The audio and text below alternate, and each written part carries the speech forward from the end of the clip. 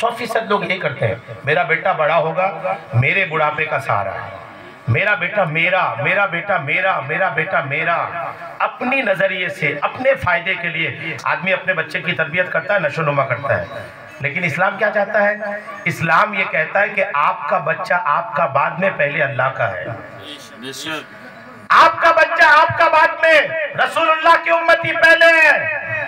اب جب بچہ آپ کا بعد میں، اللہ کا بندہ پہلے، جب بچہ آپ کا بعد میں، رسول اللہ کی امتی بعد میں، اب جب کنڈیشن یہ ہے اور جو اس بات کو سمجھتا ہے تو آدمی اپنے بچے کو اپنا بیٹا بعد میں بنائے گا، خدا کا بندہ پہلے بنائے گا۔